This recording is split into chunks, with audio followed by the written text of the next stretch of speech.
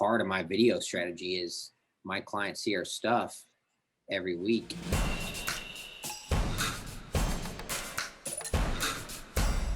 All right, let's get started. So, no, there's John. Hey. All right, John's in the underground bunker for video. So first we're just gonna talk about like why make a video playbook, and then we're gonna just talk about 5 steps of how to. And it's not video playbook, it's a video strategy. I kind of use the terms back and forth.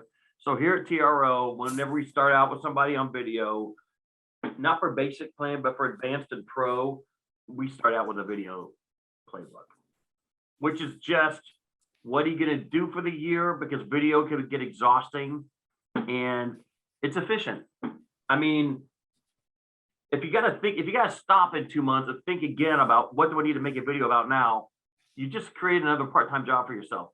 So do some research, spend the time to make a plan, and then you kind of got at least working tiles of everything planned out for the year. You need, in February, we're going to need this.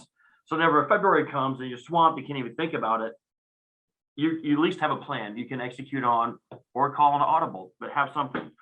And so it's just efficient, and you just don't know what's coming down the road. Like during COVID, a lot of people really, our clients that were paying us monthly would ghost us for 60 days. Isn't that right, John? Yeah, definitely. It's kind of hard to, especially during COVID, for them to stay on top of it with us. But yeah, it's really that's one of the pieces of feedback that we got. So John, didn't you do a survey about this? About like, yeah, so we had Video Club for a couple of years, and we're like, what can we do better? So we're in this, right? And what were they saying? Yeah, so just after kind of sending out the survey that we made to all the clients, the main piece of feedback that we got was, kind of puts a lot of work on their hands, and especially with video as a service, we want to be the ones taking the initiative on the video. So it kind of came into its own just based on talking to the client, saying, on our end, we have to come together and meet and talk about what the next video is. And so it kind of worked really well, because we could take that stress off the clients, and then also put ourselves in the driver's seats as we are the experts on the video, and just leaning into that and making a plan that we know will be killer for the clients and takes the stress off their hands. Yeah. So stress, videos cause stress, even if it's fun, which I think videos are fun. Hey, Brian. I didn't know it was putting on. Sorry. All right. You're outside. Good stuff. I like that. So if you have a plan, okay. So if you have a plan, then at least you can execute on the plan, or decide that to call an audible. So at least have a plan. And so I wanted to jump right into like the how of making all this come together. And so I came up with 6 points, or is it really 7? Let me see here. In my usual super fancy way, I made a little PowerPoint, which, why don't I just share it now? I'll share it here. Okay. Slideshow from beginning. Okay, are you guys seeing this? Mm-hmm.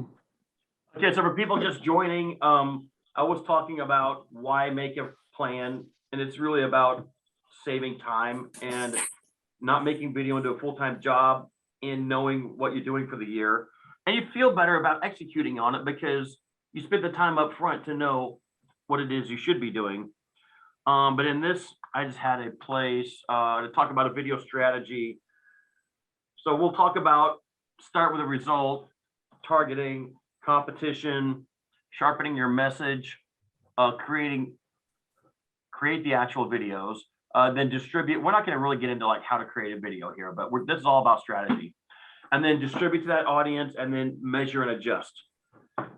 So this goes a little bit beyond building. This goes into a little bit of executing actually a strategy. But for starters, start with the desired result.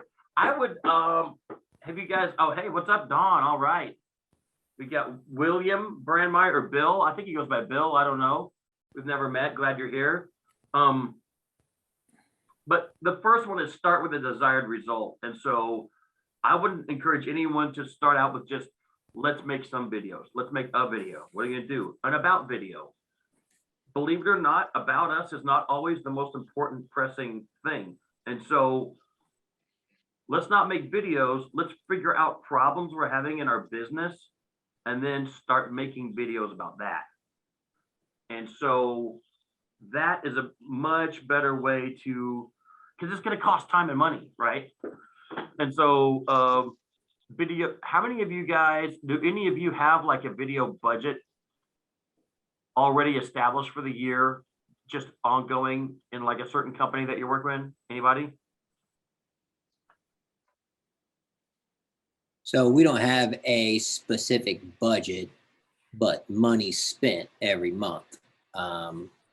You know, we're trying to get to a specific budget, but no, we don't have one yet. But it's we're building towards having a specific budget because I spend money and I know how much money I can spend before it gets red flagged by leadership. So Yeah. sometimes I go in that bucket and sometimes I can skirt around it. Yeah. Yeah. So, and it's a big, yeah. So having a plan and knowing what the video is going to achieve is really going to help. So I got a couple of examples here. So here's a good one. No one knows what we really do. In fact, I'm going to reshare my screen for a second. I'm going to run through a few that we've made that do each of these examples. I don't want to watch the whole, they're all about a minute long, but I don't want to watch them all. But I want to just get your thoughts going about what a video might be about, to what problem it would solve. This one solves, no one knows what we really do. Share screen, share screen. There you go. And then,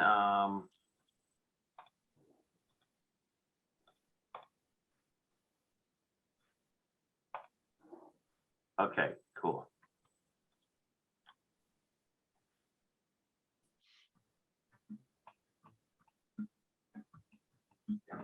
What we found, you know, we spent last year spending a ton of money on digital marketing, things like that. Well, you don't control that, right? You can't control what Google or what are the big things. They can change things and that can really make a giant impact on your business. But with relationships, which is what we've learned, it's pretty tried and true. And you can take care of those through a lot of different changes. So that's something that we've learned and been able to implement. And, you know, it's been great. So our client More Floods wanted people to know, why would you use, like, no one knows what we really do. Well, what we really do is help you get plumber business, which is the biggest cash cow if you're in restoration ever. Another one is no one knows our uniqueness. So let's check this one out. God, I got a lot of tabs open. Okay. So this one's about being unique from other people. Oh yeah, this guy is a market How we analyst. evaluate brands has not changed in decades. We ask respondents to evaluate a brand using scales on a ton of attributes. Then, so we compare one brand to another, we ask respondents to do it again with another brand. But one benchmark isn't enough, so we'll ask them to do it yet again. Are we really confident in presenting these types of results to management? Dan Ariely from Duke and MIT. So he goes on to say that. State a brand and ask the school for another brand and compare those schools. So this is a marathon 3-minute video, but he talks about why he's unique and his approach to market analysis is unique. Really sharp guy, and he monologues. So there's one. We got one about process here, and so this is you know, working. What's it gonna be like to work with us? If people don't know how to engage with you, no, wrong one. How our process. No one knows how to use our services. Fires, car wrecks, flooded basements, holy smokes. Look, the only thing we can be sure of is to expect the unexpected. The first step is having a good insurance policy. How can you be sure you're getting the best price? So these guys, you know, frame it up as Personal. Think of MJH insurance kind of like your personal insurance shopper, because it might be tempting to fill out that quote form online for one company and they're going to throw an offer at you. But that doesn't mean you'll get the best deal. As a company that works with several insurance carriers, we can shop around for you. And recommend the best coverage at an awesome price. I'm not going to lie to you. Shopping for insurance kind of sucks. So let us do it for you. Call us today at 913-856-0002 or go online at MJE. I love it that he says that shopping for insurance sucks and he sells them. It's just totally transparent and cool. But you know, a lot of people struggle with how to use their services. I got a couple more and then we'll get back to discussion. So this one's don't know about our new product or location. So that's a big one. You get a new, like these people spent $1 bajillion on this mammoth machine and they want people to see that capability, right? And so that's a perfect case for a video. These guys are right here in town. They're Ambox and they make like every cardboard box for the Midwest practically. I don't know, they're huge.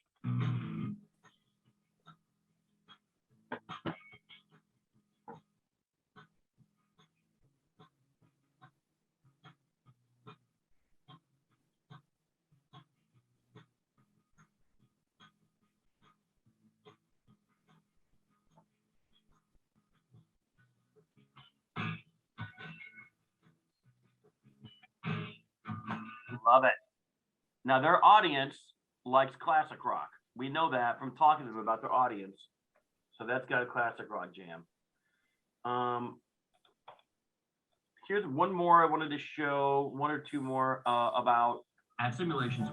Sometimes your employees, someone told me this today, like they've grown really fast, and sometimes the employees inside their own organization don't know about their awesome culture or like why they're there. So when companies get bigger, you get to 50, 100, 200 people and you're growing quickly, people don't even know why the company you're working at is so great or what the founder believes. All that's getting lost, you know, so that's a big plus. We strive to advance the science and engineer the systems to successfully implement model-informed drug development. Other companies claim to do what we do, but they can't match our expertise, attention to detail, and credibility. The whole Simulations Plus family is here to keep your family happy and healthy. People don't know. This is one of my favorites, and then we'll stop. These guys are specialized electrical contractors here in town, and people don't know recruiting is a problem for everybody. Dude, we're doing more recruiting videos right now, and you can recruit with video. Absolutely. So these guys do that.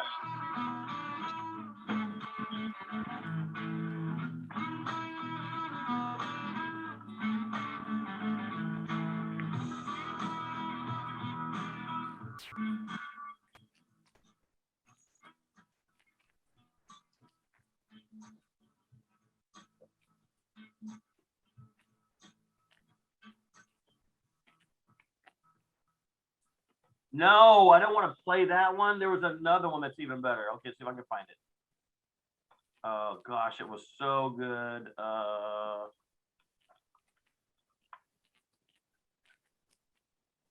Not a snippet.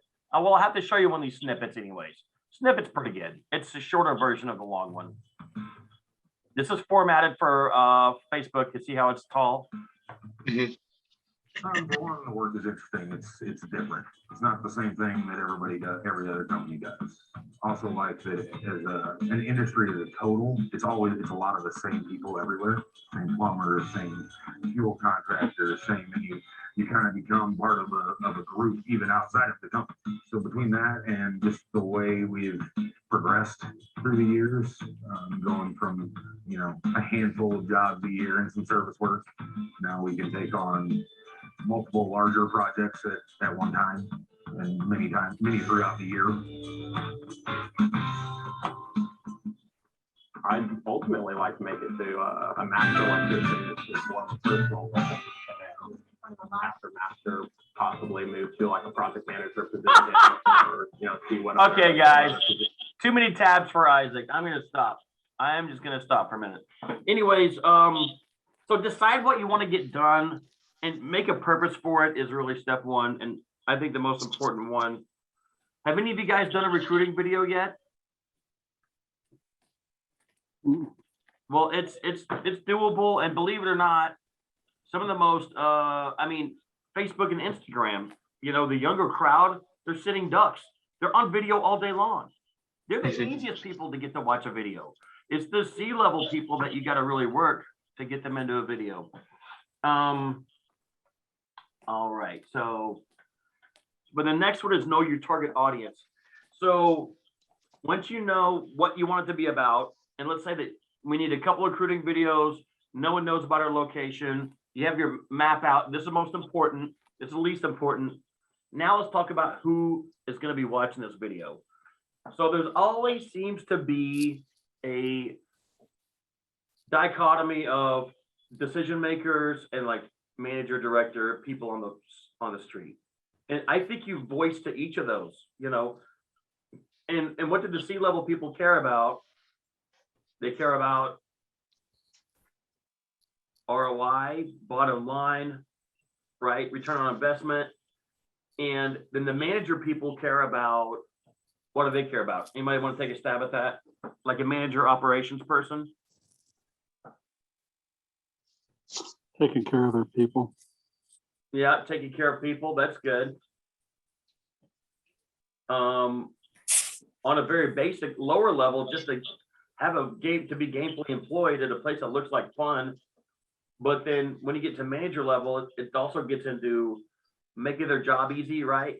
Like, this is gonna be easy for you. This is gonna make you look good. And so be mindful of that. And I think as you get into writing a video, you can write a video for both. You can write a video that hits the C-level people with like, this is cost effective. And then you can also voice out, it's gonna save you time and make you look smart. But I would even prefer to break it out and do a video for each. And Isaac, where are they looking?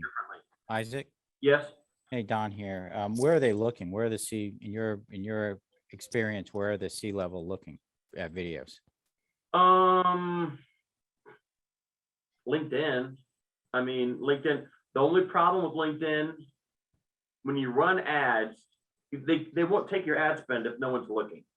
And if you tighten up your audience small enough, you can get those people, but depends on how big the company is. If they're really like Fortune 1000 companies, those people don't care. They're too cool for LinkedIn.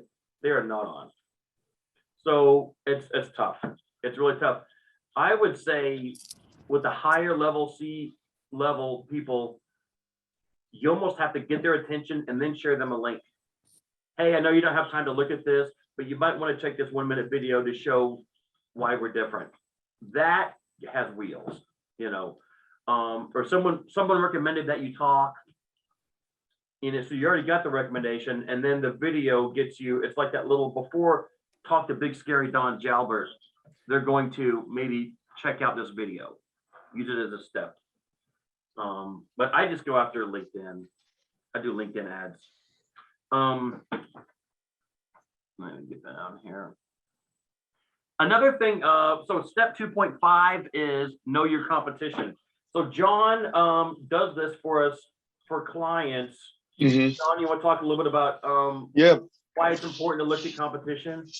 Yeah, absolutely. So just at looking, especially in each industry and each company has its own attributes, values, advantages, and the industry is reflected as well. So especially when looking how you can maneuver your company within that industry, it's so important to understand what your competition is doing as well. So if you want to separate yourself from them and really play onto your strengths versus them, you can zig and zag with your videos and kind of really touch on something different than everyone else in your market is touching on. Or if you really want to highlight your processes are better than your competitions, do a video similar to a similar structure, but just explain how your systems are better and more efficient and more kick-ass than everyone else's. And then so there's so many different ways that you can attack video with video, but just knowing the right ways to attack in that industry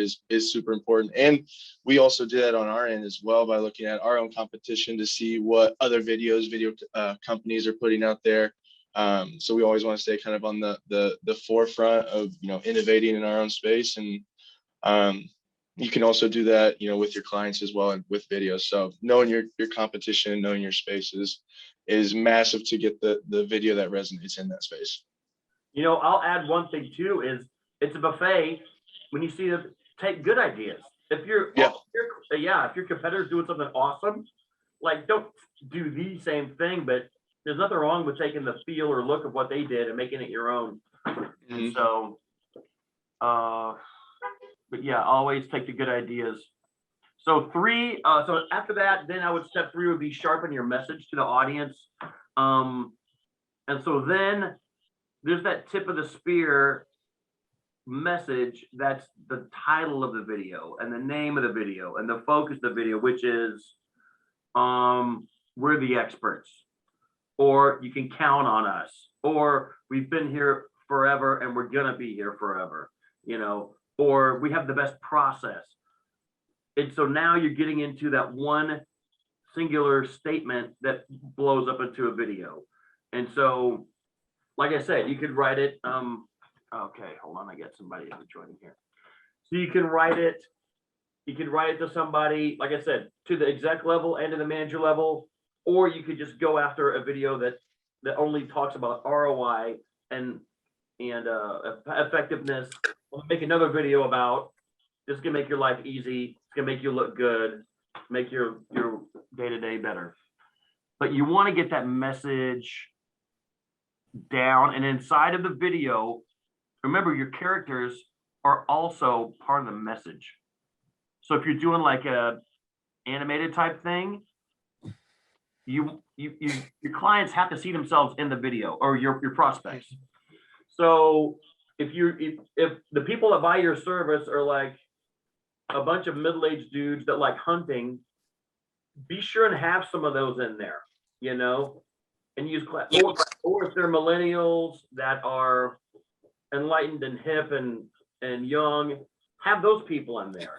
If it's women homeowners and you're doing like services like plumbing and roofing, then you got to have them in there too. So that's part of your message. Mm-hmm. And obviously never make them the butt of the joke. I don't think anyone would do that, but and then so number four is create your video assets. Go ahead.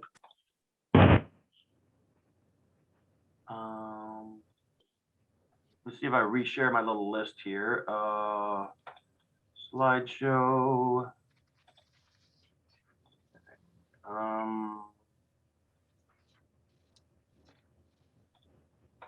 Okay.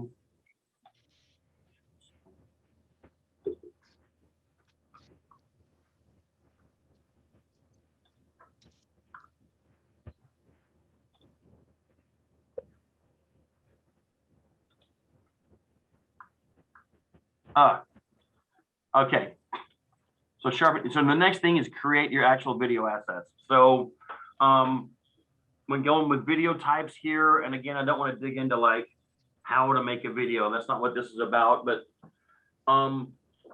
when you need to do a lot of drawing and imagery and have objects coming together, then animated is great. Shooting live is great when you need to be personable and when you want to establish credibility or make it feel human or tangible. I think video tends to lean towards like the technology pharma crowd, but whenever it's cost prohibitive to get the right people together to like stage up something because you don't have like a burning building, you can't light a building on fire to make a live shoot, then you could do that in animation easy. You could burn the whole place down, right? So you just gotta create with what you have. And maybe that's just people monologuing in front of their business or their client's business. But the next thing I want to go over is to distribute and to make a distribution plan for your audience. Now, out of you guys here, I have messed around with LinkedIn and Facebook quite a bit. A little bit of Instagram. Has anyone done a lot of Instagram or maybe TikTok, or as far as like posting and placing ads? We post a lot at Exhibit Associates. We haven't purchased any ads yet, but we post a lot on all those platforms, whether it's TikTok, Instagram, LinkedIn, Facebook, Twitter. I feel like we got a podcast on Anchor. So we put a lot out, and we try and cut things up and use a single podcast YouTube video and cut it down get it on TikTok, or to drive people to the YouTube channel, or drive it to LinkedIn, and eventually to our website. Good. So you're repurposing the same content, make it a 30-second version of it, right? Yeah, and we'll do what I'll call stupid stuff on TikTok, because it's different. We think we don't know if it's a different audience. I mean, I don't know if anyone here ever watches TikTok, but I mean, don't, because you can put your head down and lose 2-3 hours in a heartbeat. Yeah. So it's addictive. I don't know, maybe it's just the algorithm and the feed they're feeding me, but but we put stupid stuff up there, and again, to drive things to maybe the YouTube, again, get to our website, and we check the analytics on everything to make sure that anything we put up there is working, and we're still trying to find that magic silver bullet in our industry. So do you use a tool to publish to all these, or do you have someone just log in and post stuff? We post, and because we try and make it different for each platform, so we don't have a tool. You know what? Well, it doesn't customize. I haven't found one. We used one a while back, but it just, they say, oh, this will go on Facebook, Insta, LinkedIn, and something else, and then it comes out lanky. Yeah, we tried Hootsuite, and we weren't successful with it. I mean, you can schedule Facebook and Twitter all day long, but when you get to video assets, seem to be a little hokey. I don't think it's a bad idea to come out with a standard and then come up with a vertical and have the captions on the vertical. Maybe you could cover a lot with that. TikTok is tricky because the like right here is the description and the links, right? Yep. So if your text is back here, and then the heart is right here for liking it. Well, if you have a white piece right here, they can't see the heart. They're not going to like your video. White backgrounds are horrible on TikTok. Don't do it. There's a bunch of weird little stuff you got to think about, but and so you haven't run ads. Has anybody run ads very much? For Philip, you guys do a lot. So we're doing ads on Google and LinkedIn, but we haven't done, and we kind of just started doing that. So I don't have too much. I just had a meeting this week, matter of fact, about it. So we're doing some geo-targeting in KC and St. Louis in Arkansas.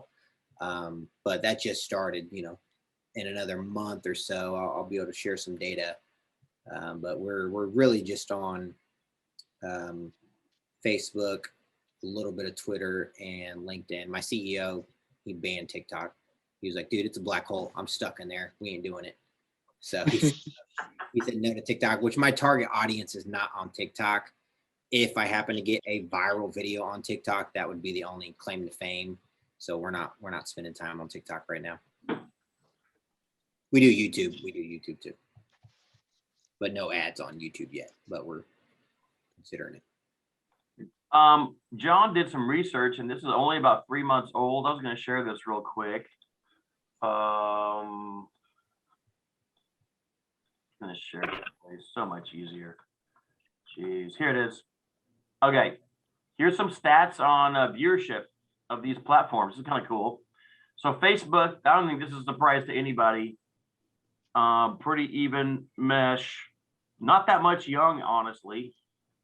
And then look, if you're 55 or above, you literally do not exist on this platform. Isn't that right, John? Like, which this is a huge portion of their users. Huge. I don't know why that's missing, but we didn't overlook it. It just wasn't given. So Yeah. there's Facebook. Instagram. I don't know why the first two are Facebook. So on Instagram, looks like it was a little tiny bit more female than male. Actually a little bigger on the younger demographic, but it dwindles pretty hard up here. But here's the surprise one, was TikTok. So only a quarter of it is 19 and under. I thought that was gonna be like 50, you know.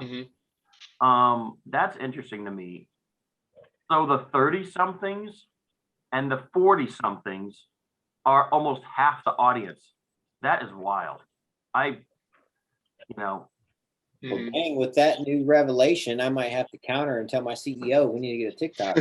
I'm telling you, man, look at this. Like, in fact, I think those numbers really changed up during quarantine, especially, you know, everybody's at home looking for things to do and just downloaded TikTok, and it really skewed the numbers up, and honestly leaves a pretty good opportunity that to go after those people if you know people have the stigma of not utilizing TikTok, kind of refreshing on those numbers and maybe going after it. John, how long ago did you do this research? This was 4 months ago now. Okay, yeah, so it was pretty fresh. Pretty fresh. So actually my to-do list was to start a TikTok for us last week, and I didn't even do it. So I'm in there with you, and yes, I do watch it about 30 minutes a day. I love it. They just know what you want to watch, you know, and there's certain sports, military. I like big missiles and guns and gunships, and obviously girls. Roller skating on the beach is awesome. Skateboarding, surfing, and music. Oh, Van Halen. They figured out I like Van Halen, and they're showing me all these Van Halen posts. I love it. So they're good at what they do. You got to get over the whole Chinese thing, that's for sure.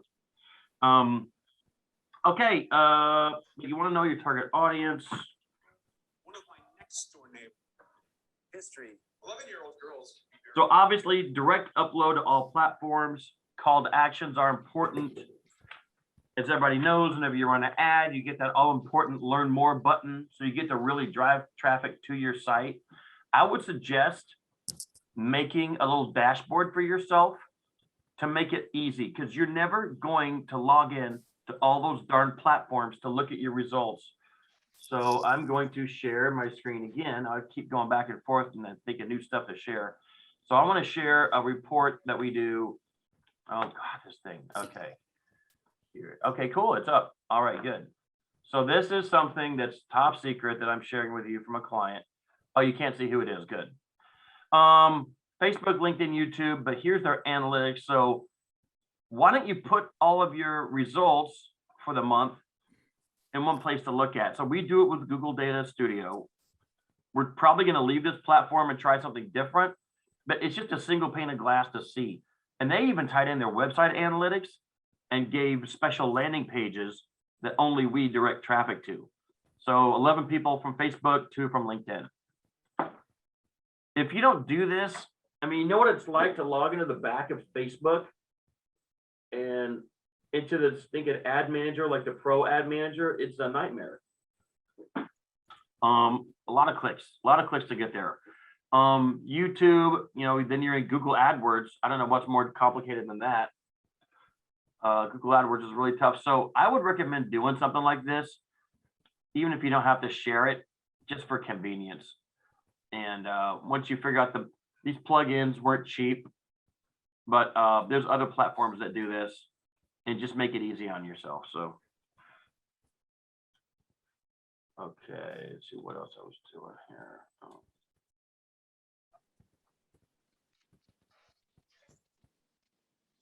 So if you, on your website, I would recommend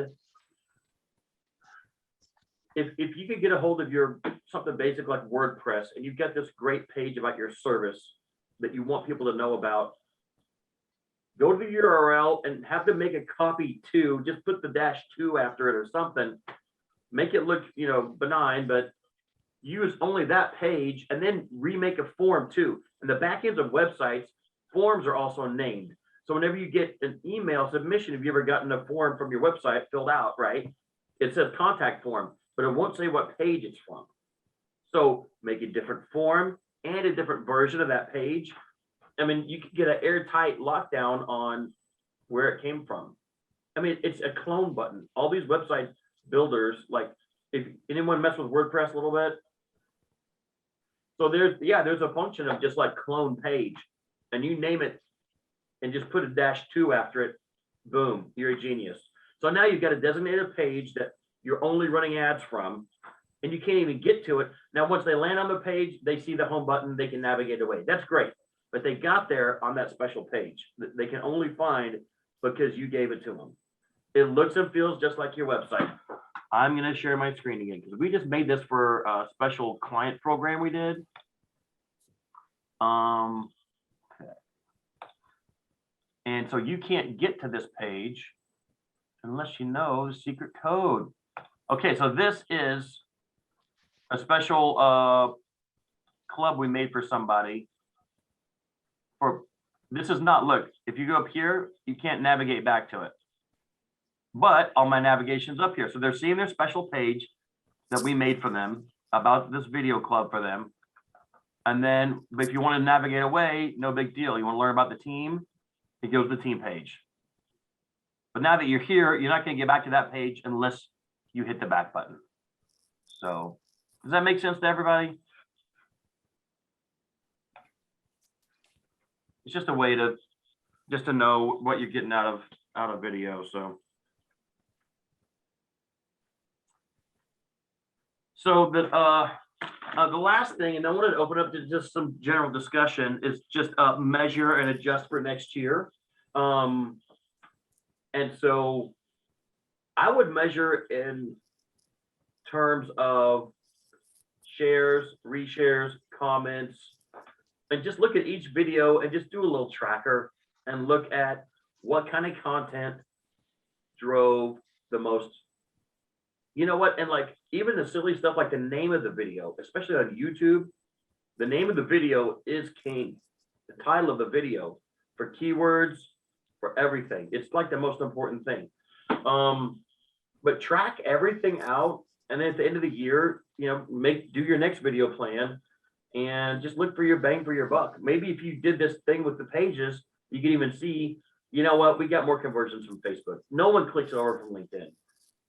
You know, find that out and redirect, but it's a bunch of work that you do for a week to help you plan, you know, for a whole year. Also, word of mouth feedback. So you're going to hear just your customers and friends and clients that really have more dialogue with you saying stuff like, I love that video. That really resonated with me. And then they won't comment about the ones that suck. You know? So I would look for word of mouth. And another thing is, are people comfortable sharing it? If you make several videos in a year and there's one that people are sharing, or your salespeople need to use that video as a sales tool, are they comfortable sharing it? Because if they're not, if it's not on brand, or they feel like it doesn't represent them, then you've made a video asset that isn't performing for you. So Yeah, true that. No one wants to share a whack video. yeah, they don't want to share a whack video. So Philip, have you some of your videos are fun and some of them are more to the point, and like, do your salespeople use some of your content, do you feel? Yeah, so most of my sales team shares majority of what we have, which is good. We do a lot of cultural stuff, which is fun to share. I do get a lot of client engagement. Most of it's likes. Some of it is comments, not a lot, but I still get it. So it's part of what I do is kind of top of mind stickiness, because everyone has clients that someone else could service at some day. So just part of my video strategy is my clients see our stuff every week. They're seeing it. So they're like, oh yeah, Philip, or oh, his team. So yeah, but most of my team shares it. It is a little bit of a push to, at first I had to run around with the bullhorn and be like, hey, we just posted a video. Go check it out. We just posted a video. I had to make a list of people, and you know who you're tight with and who's cool and who would share it and who hates social media. So I'd go around to those who are allies and be like, hey, go like our video, go like our video, go like our video. I still do that to this day to remind, because some people don't get on regularly, but there'll be days where I got videos 4 or 5 months ago that someone internally was like, you know. So I feel like we're doing good at my company. I feel like we're good. You know, we need to get better, but I feel like we're doing pretty good. I'm happy with internal sharing. Not that all of our videos are epic, but you know, most of the time they get shared. So, Yeah, I like him. I like him. And you're onto something with one of my most common little tactics on LinkedIn is one I care about a lot. And when I release a video, I will copy the link to it and literally email, if I needed to go, 10 or 15 friends. Please comment right quick. Out of those, 4 will do it. And LinkedIn loves when a video gets released and it quickly gets comments. Well, I just find like it's like a natural ramp. But if you wait a few days to do it, maybe the algorithm doesn't like it as much. But it's a pretty easy email to blast out to some friends. And I try not to exhaust the same people over every week. Do you do that? I try to like, oh, I just bugged them last week. I'm going to bug somebody else. No, and I try to be a little strategic on, like, if you were my client and I needed a reason to talk to you, or I just want to check in because I know something's happening this quarter, I'll ping you and share the video and say, hey man, check the video out, super fun. You know, let me know when we can connect again. So I spread the love out. We're fortunate to have quite a bit of partners that, you know, if anything, I should be sharing it more. But I have a lot of area to share it out. So it just depends on my motive and what the video is, and knowing who's going to like it, who's not. You know what? I think that you put out a lot, and I know Don puts out a lot. He's been doing that for a long time. Those are touch points. And like in the world of sales and marketing, touch points are everything. It's an opportunity to go, oh yeah, that guy. I was meaning to call him anyways to get help with my exhibit. Anyways, well then I'm gonna, oh, there he is. Yeah, I'll reply real quick. Or, you know, so it's another touch. Gosh, that's valuable. Like being top of mind. Oh. Yeah, that's one of our goals of our program, is just stay sticky with our clients, be faithful with what's in hand. And that's when it gets shared out with people who already know us. Yep, yep. I mean, I'm in a noisy industry. I think you guys probably feel the same, but I mean, everyone makes videos. I don't care. As long as I could be the noisiest and be right next to them the most often, I'll win the people I need, you know? And, but it is like yeah, it's all about touch points. So yeah, I'll have to check out. I'm curious. Don, do you do your own videos? Are you filming? Are you an actor? Yeah, right now I am doing straight to video off my iPhone. I've got I just engaged with up here. I'm in the Northland, and they have the Northland CAPS program. And so I've got a team of 3 high school students who are supposed to be helping me out, but they're trying to figure out what to do and going forever. But I will say this, in my industry, which is trade show booths and exhibits and displays, and it is it's not a crowded space for me to do video. There's not a lot of our companies across the nation doing it. So anything I do, and if I get a comment, I always comment back just to appreciate whoever provides a comment. But I don't do the send out to friends and, hey, do a quick comment, because I got, you know, dozens of people I can reach out to and say, hey, just a quick comment will help me out. But I do the video. The goal is to drive traffic to the website, and it works. I mean, I don't know how to else say it, because we've got out of town clients calling us, and we ask them in Google, and it's through SEO, and it's through the video, it's through YouTube, it's through LinkedIn, it's through Twitter, it's through I don't know if TikTok's providing any value, but it's fun to do because you only have 30 seconds and you got to be, Mhm. yeah. But I'm actually, I appreciate, John, I appreciate the stats you put up there, because my target audience is, I always say my target audience is a 35-year-old female, and they fit in the TikTok window Mhm. quite heavily. And because we deal with marketing people, we deal with communications, marketing communications. So we try and play to that audience as much as we can. So we even have a stuffed animal called Harvey that makes appearances on the videos and the things, because not everybody wants to be sold every single minute of every video. So we put some irrelevant stuff up as well. So it's good. Straight to video though sucks. I'm tired of hearing my own voice. So You know what though? That is a small. You have been, even a couple of years ago, you were doing videos like twice a week at least, right? yep, I used to have a thing called Selfie Stick Sunday. I'd run around the office and the shop, because we're a fabrication shop, with a selfie stick and just review projects for a minute and a half and call it Selfie Stick Sunday. Yep. I had no idea about the impact that video was having until I ran into the head of a general contracting firm. And he goes, "Hey, I haven't seen your Selfie Stick Sunday." I didn't even know he was watching it. He's president of at the time he was president of a large general contracting firm, not a potential, but a customer of mine. And he was watching them. I was like, holy shit. I ran home and made another one. So.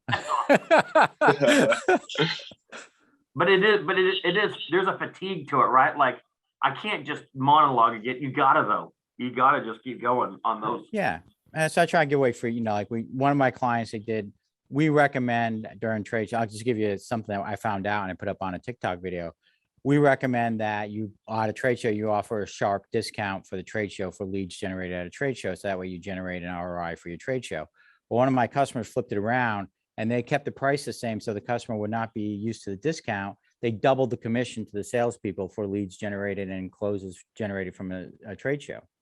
Wow. They got a lot of activity. Those salespeople were on it like ugly on an ape. And I was like, hey, I was just talking to a customer. They did it in September, and the salespeople are really performing. Now they got something to answer to, because they haven't been performing like this. And it's like, I double your commissions. Now you jump on it. So what the hell? Is that how it works? Well, what the hell have you been doing? So it might not be the right answer for the sales team, but it really did boost their ROI for the trade show. So, and I put that up on TikTok, and trust me, I am making this up as I go along. Well, I'm gonna subscribe to you on TikTok. I want to see what you're doing on there. All right, it's nuts. You'll be in there with the AR-14s and the surfing and all the other stuff I watch. I mean, one of them, I was sitting there talking to Harvey, and Harvey never answered. Only I can hear him. So, I mean, it's that stupid. But you know what? I get a call from just north of Atlanta, Georgia. They want a corporate display. Perfect. We'll do it. Where'd you find us? Google. We saw that video with the Union Station you did. We did a project at Union Station. Oh, cool. All right. We'll take it. Awesome. I like it. And that's what it's about. It's about getting, lowering my customer acquisition cost. It's about getting that phone to ring. It's about being able to get a swing. And since the World Series is closed, just getting that bat with a customer. That's why I do it. I wish I could get more people to listen to that message. I tried to just 2 hours ago talking to somebody like, so we're getting, this is lead. I'm like, it's not lead generation. But whenever someone makes a referral to you, that person is still going to go check you out online. Don't you do that? I mean, doesn't everybody, when someone calls me, I check them up on Google. Yes. And you got to look legit. You got to look good. You got to have a video. If you have a video about what you do, and then the other schmo that maybe they got 2 referrals and the other person has no video, then you win. I always like to tell people, best place to hide a dead body, second page of a Google search. Gosh, yeah. That's good. That's good. Well, I don't have any more points. I'm all out of juice, and I just wanted to open up for any more last minute questions or comments or ideas. around this subject for anybody, and then we can jump off. And John and Brian, glad you guys could join. I have one question, Isaac, and I hope that it's relevant to everybody here. I have a Global Entrepreneurship Week is happening here in Kansas City. GWKC. I don't know if anybody's familiar with Global Entrepreneurship Week. It hasn't happened in 2 years. And so we have an event based on that. So we're going to hit video real hard on that over the next 2 weeks. Is it possible to oversaturate the market? I mean, is it possible that people are finally going to tune me out? And I mean, if we're promoting an event, giving away some content up ahead, can you oversaturate the run up to an event? No, I think over the course of weeks and weeks, you can do it. I think like there's one guy I've been watching that does a certain format online. It's a selfie stick walk around of a neighborhood, and he does sales techniques. Brian Burns. Oh, I've seen it. I've seen the video. Some of my sales team have shared the videos with me. Yeah, and so he walks through this wealthy neighborhood and talks about sales, right? Yeah. Really good. For 6 months it was good. And then he Right. kept doing it. You know, I was ready for him to sit down at his desk and talk or do something different or interview somebody. He never did that. And so I think audience fatigue is just for format types. But no, if it's shorter like that, I would just make sure, you know what's really happening? Probably no one's seeing it. You know what I mean? Like, just go nuts. I wouldn't worry too much about that. My wife's not going to like to hear that, but I'll just blame you.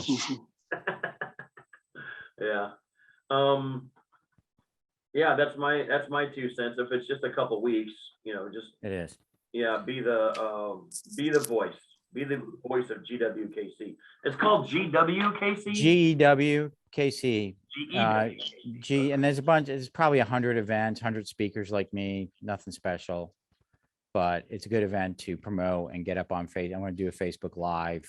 And Is it in person or virtual or? it's both. I actually don't know where I'm going to be hosting it. I'm trying to get the Office Evolution team to say yes down on College Boulevard.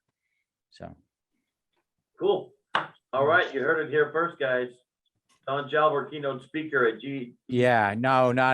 I'm like, if it runs 3 days, I'm like on the second day at 10:30 in the morning when everybody's getting coffee or going to the bathroom. Yeah. So Yeah. Anything's better than last person of the day because everyone's tired and they want to go home. unless you're serving them. Yeah. Yeah, All right. exactly. Well, it's good hanging out, everybody. We'll see you next time, and take it easy. All right, thanks, Thank Isaac. you. I appreciate it. Appreciate it, guys. guys. Yep. Bye-bye.